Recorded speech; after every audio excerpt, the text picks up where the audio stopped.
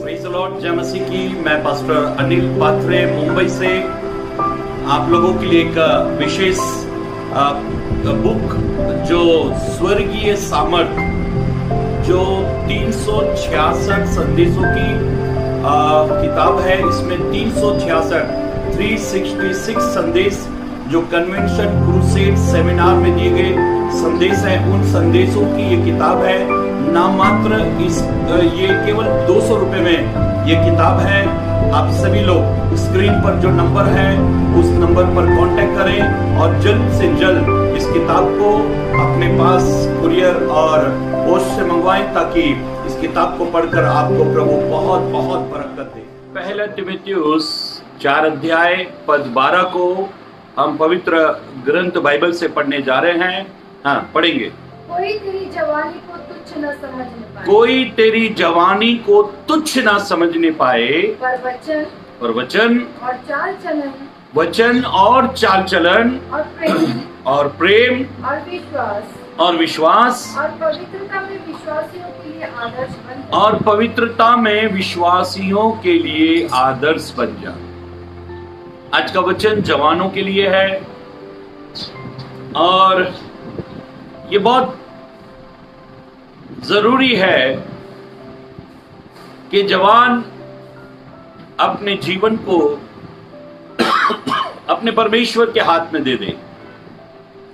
एक जवान जब अपनी जवानी में परमेश्वर के बताए हुए मार्ग पर चलता है, परमेश्वर की उपस्थिति को अपने जीवन में बनाए रखता है, परमेश्वर का डर भय उसके जीवन में बना रहता है और परमेश्वर को अपने जीवन से आदर और सम्मान जब देता है, परमेश्वर इस पृथ्वी पर उसे श्रेष्ठ बनाता है। आप जितने माता पिता अगर इस वचन को सुन रहे हैं, तो आप अपने बच्चे की जवानी पर विशेष ध्यान दें और उसे बताएं कि सफलता, कामयाबी ये केवल पढ़ाई लिखाई या ऊंची डिग्रियां प्राप्त करना या संसार में परिश्रम करने से ही नहीं, ये एक अलग भाग है, लेकिन सर्वप्रथम अपने परमेश्वर को अपने जीवन में आदर देने से कामयाबी और सफलता मिलती है। अक्सर हम बच्चों को सबसे बड़ी चीज जो है वो पैसा कमाना सिखाते हैं। बेटा बहुत पैसा कमा, तो बहुत बड़ा इंसान बनना, पैसा कमा, बहुत बड़ा इंसान बनना, और वो अपनी सारी जिंदगी उस पैसे कमाने में लगा देता है। पहले वो पैसा कमाने के लिए अपने तन को खराब कर लेता है और फिर उस पैसे से तन को ठीक करने के लिए पैसा गवा देता है, और उसके पास ना तो तन बचा और ना तो उसके पास धन बचा। मेरी पवित्र बहनों, पवित्र भाइयों, परमेश्वर के अभिषेक, तो एक बात याद रखो कि तंदुरुस्ती, ताकत, सफलता, कामयाबी ये परमेश्वर के हाथ में है। वो एक को घटाता और दूसरे को बढ़ाता, तो घटाना बढ़ाना जो है वो परमेश्वर का काम है। जिस किसी का चाल चलन उसको अच्छा लगता है, वो उसे ऊंचे पर उठाता है, वो धूल में से, कचरे से उठाकर वो उसे हाकिमों के साथ बिठाता है।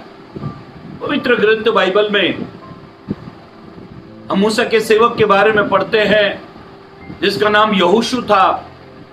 मूसा एक बहुत बड़ा नबी था और खुदा मूसा से ऐसे बातें करता था जैसे कोई मित्र से बात करता है या कोई भाई से बात करता है, आमने सामने बात। ये बहुत कम लोगों को ये अनुभव हुआ है कि खुदा की उपस्थिति में आमने सामने बातें करना। लेकिन जानते हो, जब मूसा इस दुनिया को छोड़कर गया, खुदा के पास जब मूसा चला गया, पवित्र ग्रंथ बाइबल में ऐसा लिखा है कि खुदा ने यहोशू, एक जवान लड़के से बातें की। जानते हो जवान लड़के यहोशू से क्यों बातें की? क्योंकि जब मूसा और यहोशू तंबू में प्रार्थना के लिए जाया करते थे, मूसा तो प्रार्थना करके अपनी छावनी में वापस आ जाया करता था, लेकिन जवान लड़का यहोशू वो तंबू से नहीं निकलता था। कितनी अजीब बेहतरीन बात लिखी है कि यहोशू तंबू में से बाहर नहीं आता। आज सबसे लेट प्रार्थना में जवान लोग जाते हैं, आज सबसे लेट प्रार्थना में जवान लोग जाते हैं और सबसे पहले वो चर्च में से बाहर निकलते हैं। बड़ी दुखदाई बात है, जवान लोगों ने सारे फिल्म स्टार के नाम याद रखे हैं, क्रिकेटरों के नाम याद रखे हैं, बड़े बड़े बिजनेसमैन या सेलिब्रिटियों के नाम उन्होंने याद रखे हैं। एक छोटा सा बच्चा जिसके पास साइकिल भी नहीं है, मैं जब उससे बात कर रहा था तो उसे मोटरसाइकिल और कार, ये दोनों की इतनी जानकारी है कि कौन सी मोटरसाइकिल लेनी चाहिए और कौन सी कार लेनी चाहिए। मैंने कहा इतनी जानकारी तुझे कहां से मिली? बोला यूट्यूब पर मैं पूरे दिन यही सर्च करता हूँ, यही देखते रहता हूँ, कौन सी कार कौन सी बाइक कितने की है, कितने गियर की है, क्या उसमें फंक्शन है, वो सब कुछ उस बच्चे को मालूम है, जबकि उसके पास साइकिल तक नहीं है, लेकिन वो मोटरसाइकिल और कार की सारी जानकारी रखता है। इसका मतलब यह है जिस क्षेत्र में एक बच्चा भी अगर ज्यादा समय बिताता है तो उसमें वो एक्सपर्ट हो जाता है, वो अनुभवी हो जाता है, वो उसमें वो परिपक्व हो जाता है, उसमें सिद्ध हो जाता है। अगर जवानों को भी परमेश्वर में बढ़ाया जाए, अगर वे अपने हाथ में मोबाइल की जगह बाइबल को पकड़े, अगर वे ज्यादा समय प्रभु में बिताए, तो यहोशू के समान प्रभु उन लोगों को इस्तेमाल करेगा जैसे यहोशू को खुदा ने इस्तेमाल किया। जानते हो, यहोशू ने अपनी जीवन में, यहोशू ने अपनी लाइफ में जितने भी युद्ध लड़े उसमें से एक भी वो हारा नहीं, एक भी युद्ध को यहोशू हारा नहीं। इसका मतलब है कामयाबी सफलता उसके पास थी। मेरी पवित्र बहनों, पवित्र भाइयों, परमेश्वर के अभिषिक्त हो, ये बहुत जरूरी है कि जवान अपने जीवन को पूरी रीति से प्रभु के पीछे लगाए। मैं ये नहीं कहता कि मोबाइल या इंटरनेट या फेसबुक या व्हाट्सएप या लैपटॉप, कंप्यूटर, ये सारी चीजें बेकार है, नहीं, इसका गलत इस्तेमाल करना ये बहुत दुखदाई होता है। इसलिए मेरी बहनों, मेरे भाइयों, कब किस चीज को किस लिए इस्तेमाल करना चाहिए ये हमें सीखना चाहिए। पवित्र ग्रंथ बाइबल में आज हम पढ़ने जा रहे हैं, निकालेंगे दूसरा राजा की किताब, दूसरा राजा की किताब अध्याय 6 और 1 से लेकर 7 तक पढ़ेंगे। भविष्यवक्ता के चेलों में से, भविष्यवक्ताओं के चेलों में से किसी ने एलीशा से कहा, हाँ, यह स्थान जिसमें हम तेरे सामने रहते हैं। भविष्यवक्ताओं के चेलों में से किसी ने एलीशा नबी से कहा, ये स्थान जो हम तेरे सामने इस स्थान पर रहते हैं वह हमारे लिए बहुत छोटा है। हाँ, जवान लोग हैं, चेले हैं, जवान हैं सब, और वो कहते हैं कि हम जिस घर में रहते हैं, हम जिस जगह में रहते हैं, वो जगह बहुत छोटी है।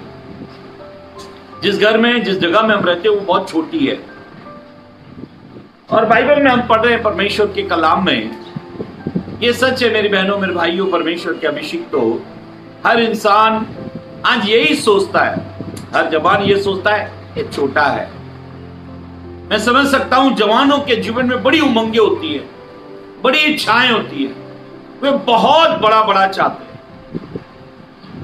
मैं छोटा था, मेरे बच्चे छोटे थे, तभी हमने एक मोटरसाइकिल खरीदी। सितंबर का महीना था, एक न्यू मोटरसाइकिल हमने खरीदी और उस पर मेरे दोनों बच्चे, मेरी वाइफ और मैं बैठकर जा रहे थे। इतने में बारिश आई तो हमने गाड़ी को रोड के साइड लगाया और एक जगह जाकर हम लोग बारिश थमने का इंतजार कर रहे थे। तभी मेरा बेटा 4-5 साल का था और कहने लगा, पापा ये मोटरसाइकिल क्यों लिया आपने?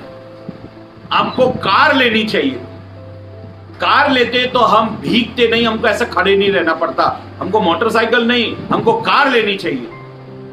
मैंने कहा, बेटा हमारे पास कार खरीदने के लिए पैसे नहीं। वो बोलने लगा, पापा आपको भी क्या है, इतनी जानकारी नहीं है। देखो आप बाहर जाओगे ना, उधर रोड की तरफ जाओगे ना, तो वो चौक के ऊपर ही एक बैंक है।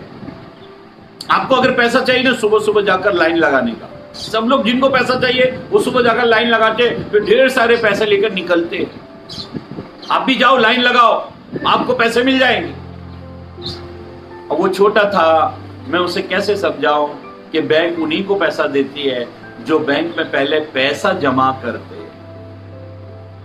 सच है बहनों, मेरे भाइयों, परमेश्वर के अभिषिक्त, तो जवानों के जीवन में उमंग होती है, वे ज्यादा बड़ा सोचते हैं, ज्यादा कुछ ऐसा सोचते हैं। और चेलों में से एक, भविष्यवक्ताओं के चेलों में से एक ने आकर एलीशा से कहा, हम जहां रहते हैं वो जगह बहुत छोटी है।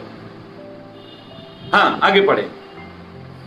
इसलिए हम यरदन तक जाएं। अब वो कहता है इसलिए हम यरदन नदी के पास में जाएं और वहां से एक एक बलि लेकर, और वहां से लकड़ी काटेंगे, वहां से बल्ली लेंगे, यहाँ अपने रहने के लिए एक स्थान बना, और यहाँ रहने के लिए बड़ा स्थान बनाएंगे, क्योंकि जो स्थान में हम रहते हैं वो तो छोटा है, हम बड़ा स्थान बनाएंगे। हाँ। उसने कहा, एलीशा ने कहा, अच्छा जाओ। एलीशा ने कहा, अच्छा ठीक है, जाओ। हाँ। तब किसी ने कहा, कृपया अपने दासों के संग चल। देखो, तब किसी ने कहा, कृपया अपने दासों के साथ चल। मेरी बहनों, मेरे भाइयों, एक ने कहा कि हमारे साथ में कोई अनुभवी व्यक्ति चाहिए। किसी को जरूरत पड़ी कि हमारे बीच में जरूर है कि मेहनत तो हम करेंगे, लकड़ी तो हम काटेंगे, लेकिन हमारे साथ में कोई अनुभवी व्यक्ति होना चाहिए।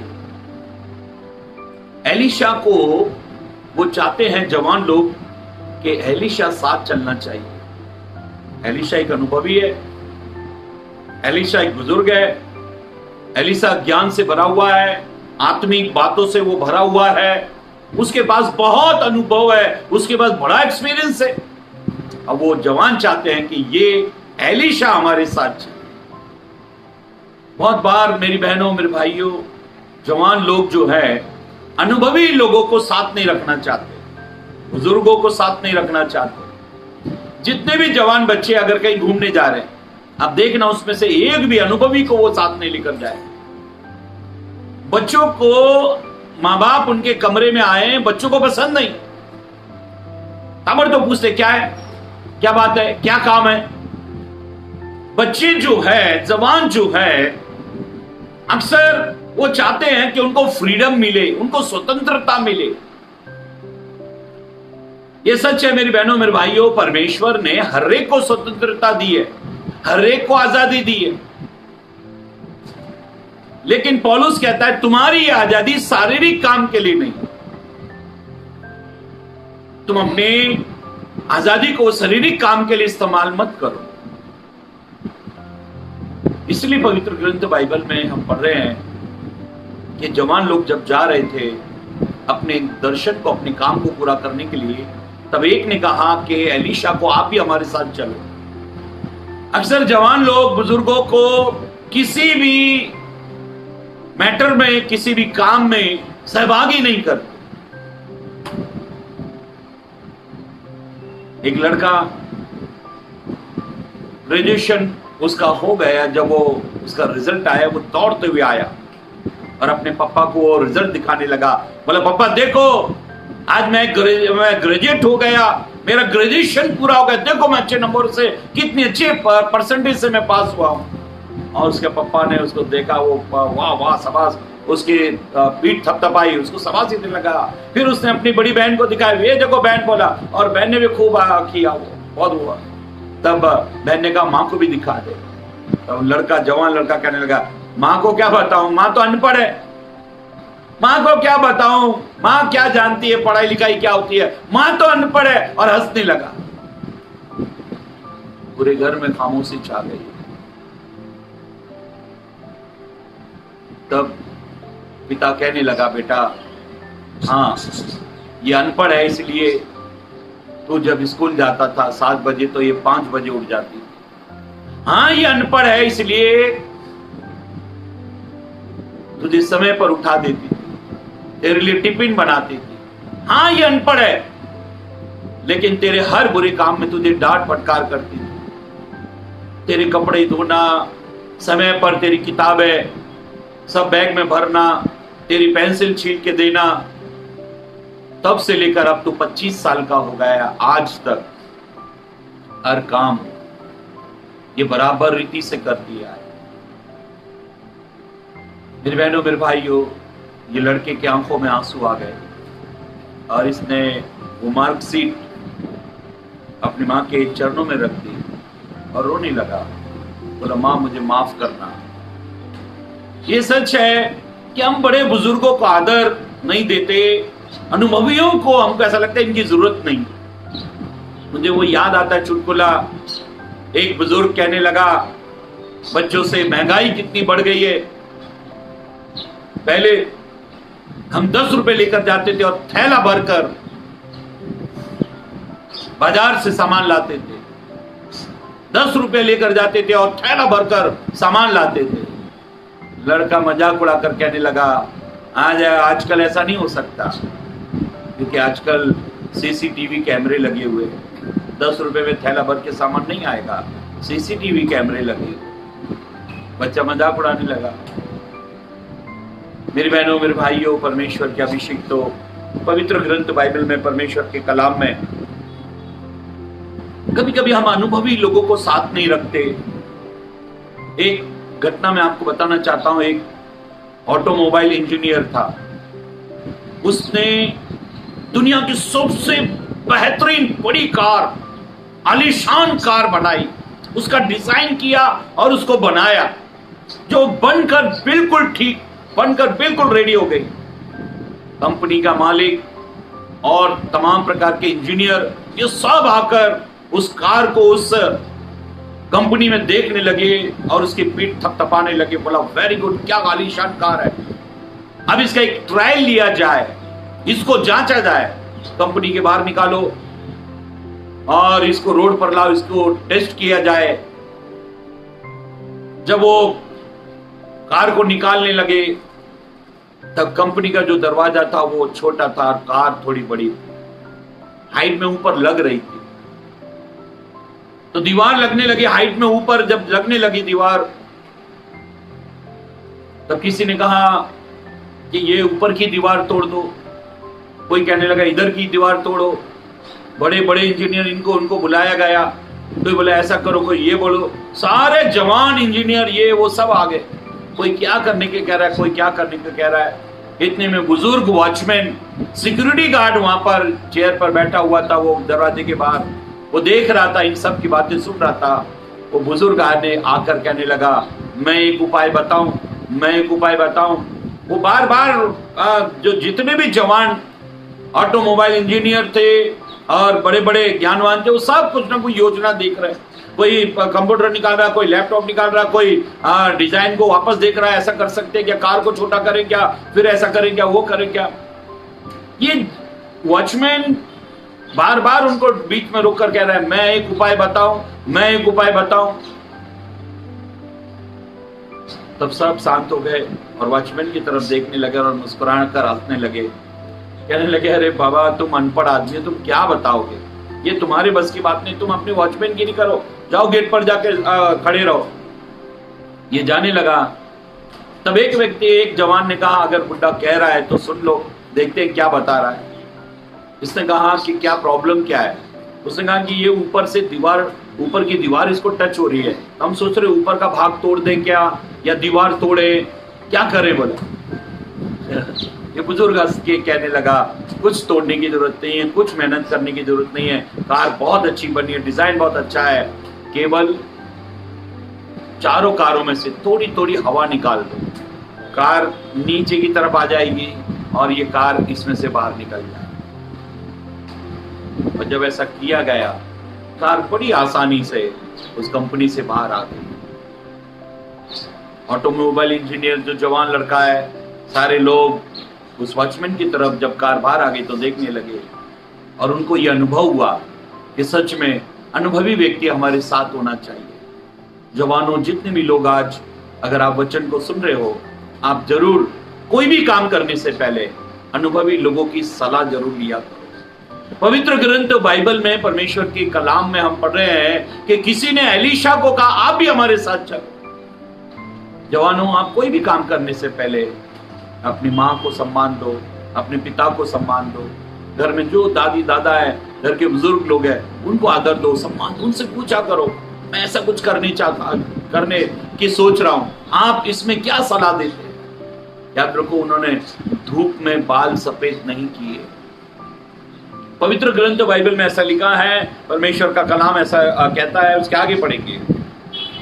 तब उसने कहा, चलता हूँ। तब एलीशा ने कहा कि मैं तुम्हारे साथ, जब तुम लकड़ी काटने के लिए यरदन नदी के पास जा रहे हो तो मैं तुम्हारे साथ चलता हूँ। अतः वो उनके संग गया, और ऐसे लिखा है कि वो उनके साथ में गया और वे यरदन के किनारे पहुंचकर लकड़ी काटने लगे। और ऐसा लिखा है कि वे यरदन नदी के पास जाकर वे लकड़ी पेड़ पर चढ़कर काटने लगे। हाँ।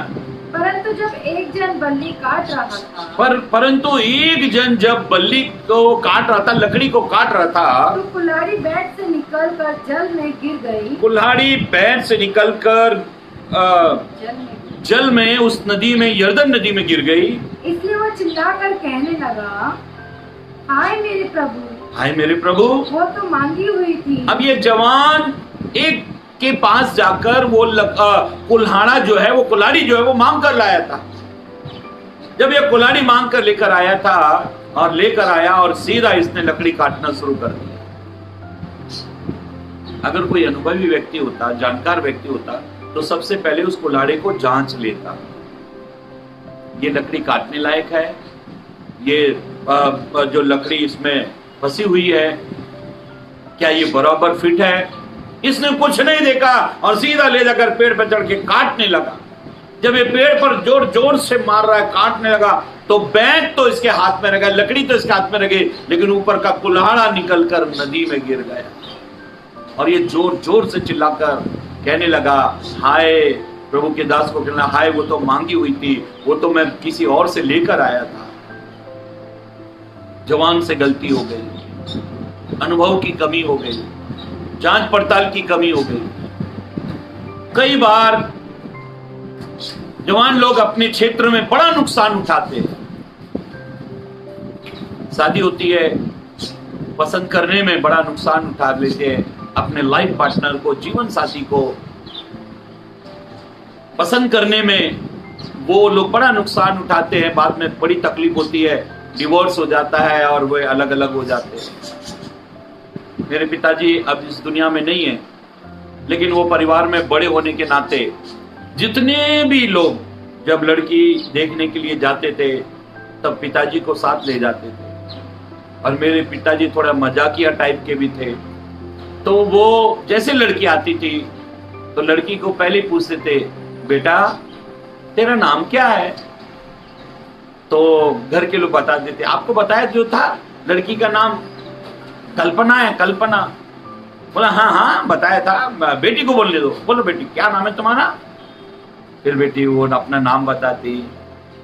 बोला अच्छा बेटी, अच्छा अच्छा बेटा, इधर आओ इधर आओ इधर आओ। तो वो आकर उसको पास बिठा लेते थे, फिर उससे बातें करते थे। ये बड़े अनुभव से गुजरते थे। जब हम वापस आते थे तो पिताजी को पूछते थे, जब आपको नाम पता तो आपने नाम क्यों पूछा? पिताजी कहते थे, मैंने नाम इसलिए पूछता हूं ताकि वो गूंगी तो नहीं है, वो बहरी तो नहीं है, क्योंकि मेरी आवाज उसके कानों में गई तो वो बोलेगी, वो सुनेगी तभी तो अपना नाम बताएगी। मैं इसलिए नाम पूछता हूं ताकि गूंगे बहरे का पता लगा लूं, वो गूंगी तो नहीं है और बहरी तो नहीं है। अगर वो अपना नाम बता रही, इसका मतलब उसने सुना कि मैंने क्या पूछा, और वो बता रही है, बोल रही है, इसका मतलब है वो ना तो बहरी है ना तो वो गूंगी। मेरी बहनों, मेरे भाइयों, ये सच है। कई क्षेत्रों में हम अनुभवी लोगों का साथ नहीं लेते, इसलिए जीवन में बड़ा नुकसान उठाते हैं। जब हमारी शादी होती है, हम अपने लाइफ पार्टनर को अपने जीवन के साथ के लिए रखते हैं, तो अक्सर हमें अनुभवी लोगों का अनुभव जरूर जान लेना चाहिए। आपकी इसमें क्या राय है, आप क्या कहते हो इसके विषय में? पवित्र ग्रंथ बाइबल, परमेश्वर के कलाम में, परमेश्वर के वचन में हम पढ़ रहे हैं कि जब कुल्हाड़ी गिर गई तो ये जोर जोर से चिल्लाने लगा, हाय वो मांगी हुई थी, मैं उसे मांग कर लाया था। हाँ, आगे पढ़े। परमेश्वर के भक्त ने पूछा, परमेश्वर के दास एलीशा ने पूछा, वह कहाँ गिरी? अब परमेश्वर का दास एलीशा उस जवान से पूछ रहा है, वो कुल्हाड़ी कहाँ गिरी? अनुभवी लोग अगर नुकसान हो गया तो केवल रोते नहीं, लेकिन वो नुकसान की भरपाई कैसे होगी? जो गलती हो गई, अब इसका सॉल्यूशन क्या है? जो गलत हो गया, अब इसका उपाय क्या है? इसको ठीक कैसे किया जाए? जवान तो केवल रोने में लगे हुए थे। काफी जवान थे, सब चिल्ला रहे हैं, सब रो रहे, अरे ये तो नुकसान हो गया, नुकसान हो गया। लेकिन एलीशा एक अनुभवी व्यक्ति है, इसलिए वो कहता है, वो कुल्हाड़ी गिरी कहां? मेरी बहनों, मेरे भाइयों, जवान बच्चों, जितने भी जवान लोग अगर वचन को सुन रहे हैं, आपके जीवन में कोई भी गलती हो जाए, जवानों आपसे जरूर गलती होगी। अगर आपके जीवन में कोई भी गलत कदम आपने उठा लिया, किसी भी क्षेत्र में आप असफल हो गए, तो एक अनुभवी व्यक्ति का सहारा जरूर लो। वो आपको रोना नहीं सिखाएगा, रो रो ऐसा नहीं सिखाएगा, लेकिन ये गलती जो हो चुकी है, अब इसका सॉल्यूशन क्या है वो बताएगा। जो नुकसान हो गया, अब इसकी भरपाई कैसे होगी, क्या किया जाए, वो आपको राह बताएगा। एलीशा ने इस जवान से पूछा, इस जवान से एलीशा पूछ रहा है, वो कुल्हाड़ी कहां गिरी? हाँ, आगे पढ़े। जब उसने स्थान दिखाया, जब उसने वो स्थान दिखाया। अब ध्यान से सुनो, एलीशा पूछ रहा है कुल्हाड़ी कहां गिरी, और वो स्थान बता रहा है।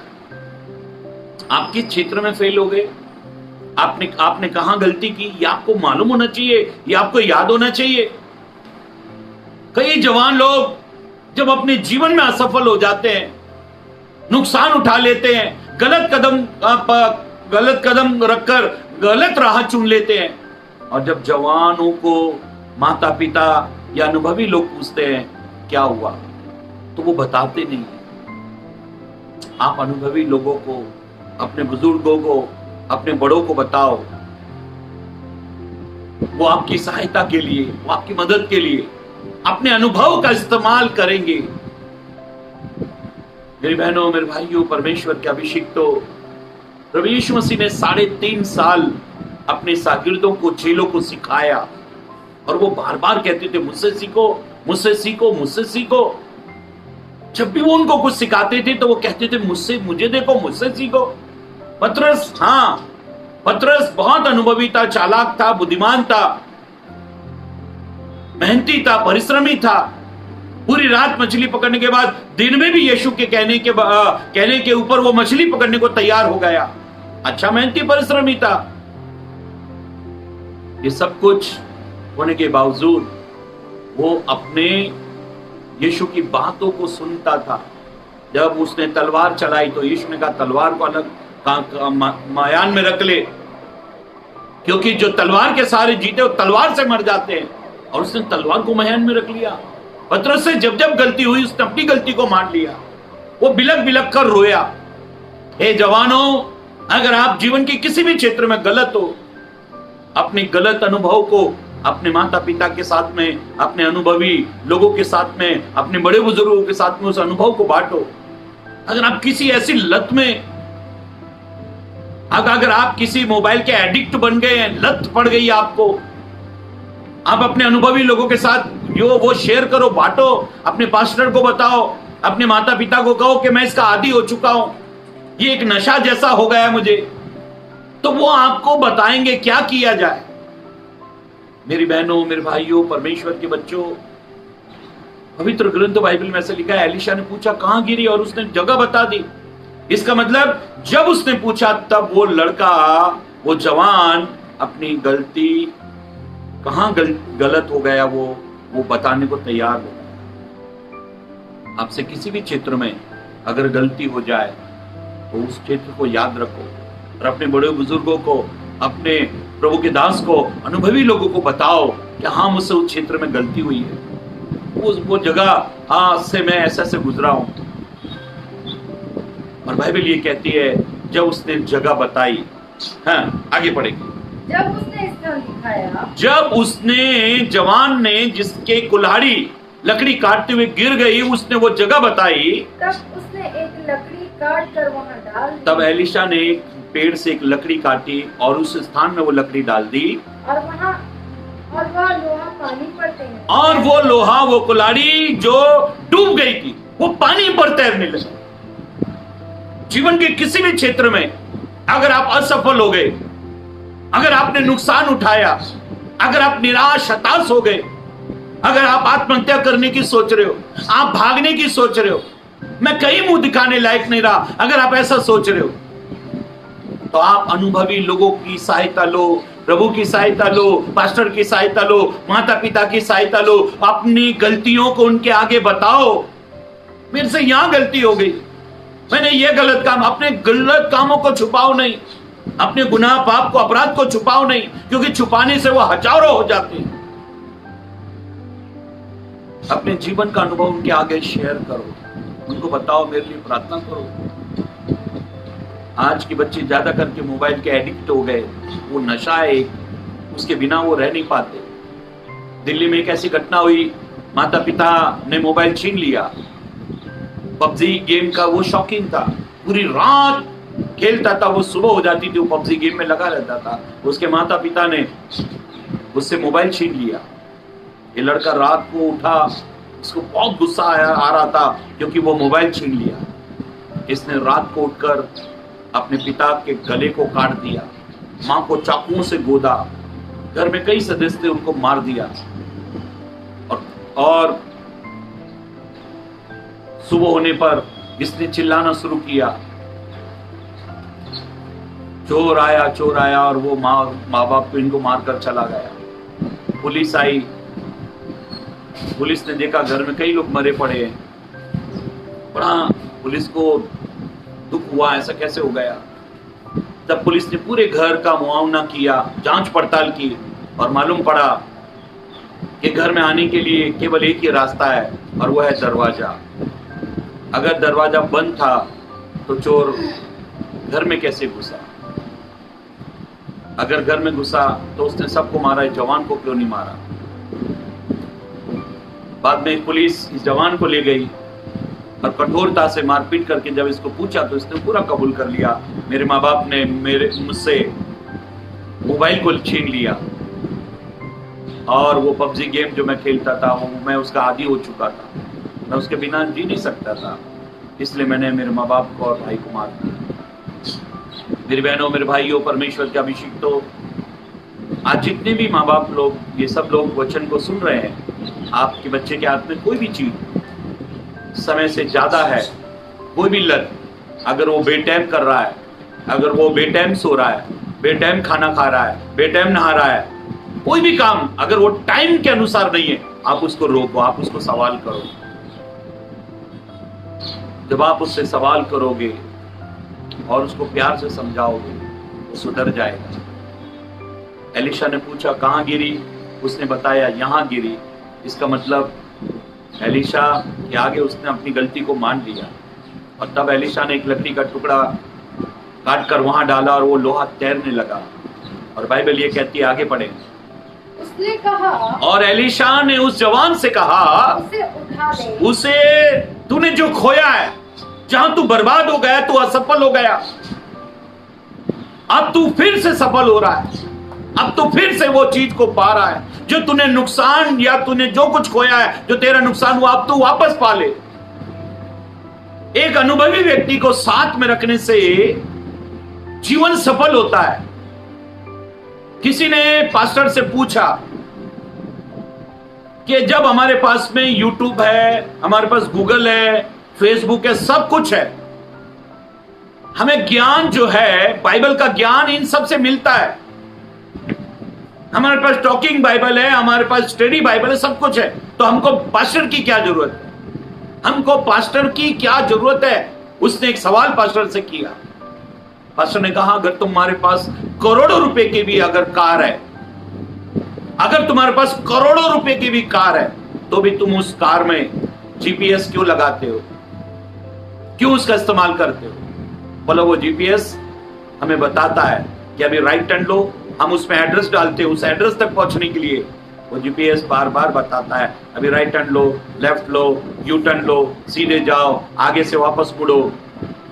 जब भी हम रास्ता भटक जाते हैं वो हमको बोलता है राइट नहीं, लेफ्ट टर्न लेना है, लेफ्ट टर्न, वापस घूमो, और वो हमको अपनी मंजिल तक बिना समय गवाए वो हमको पहुंचा देता है।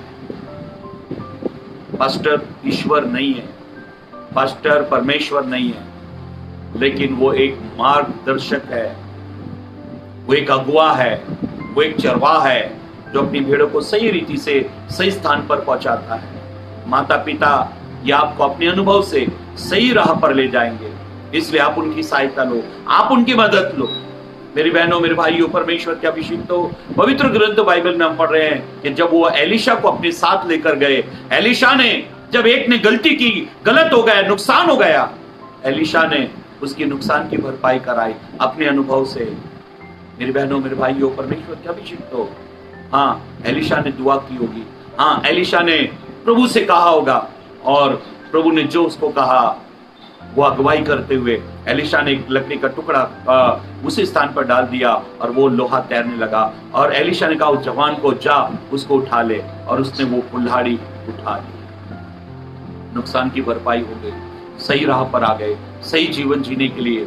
आज मैं आपको बताना चाहता हूँ, जीवन के किसी भी क्षेत्र में अगर आप गलत कदम उठा चुके हो, अपने अनुभवी लोगों का, अपने बुजुर्गों का, अपने माता पिता का, अपने पास्टर का आप सहारा लो, उनको बताओ और अपनी गलतियों को उनके आगे उजागर करो। वो आपको मार्गदर्शन करेंगे, वो आपको आगे लेकर चलेंगे। किसी भी क्षेत्र में अगर आपका नुकसान हुआ, आपने गलत कदम उठा दिया, वो आपको सही राह पर लेकर आएंगे, वो आपको सही जीवन जीना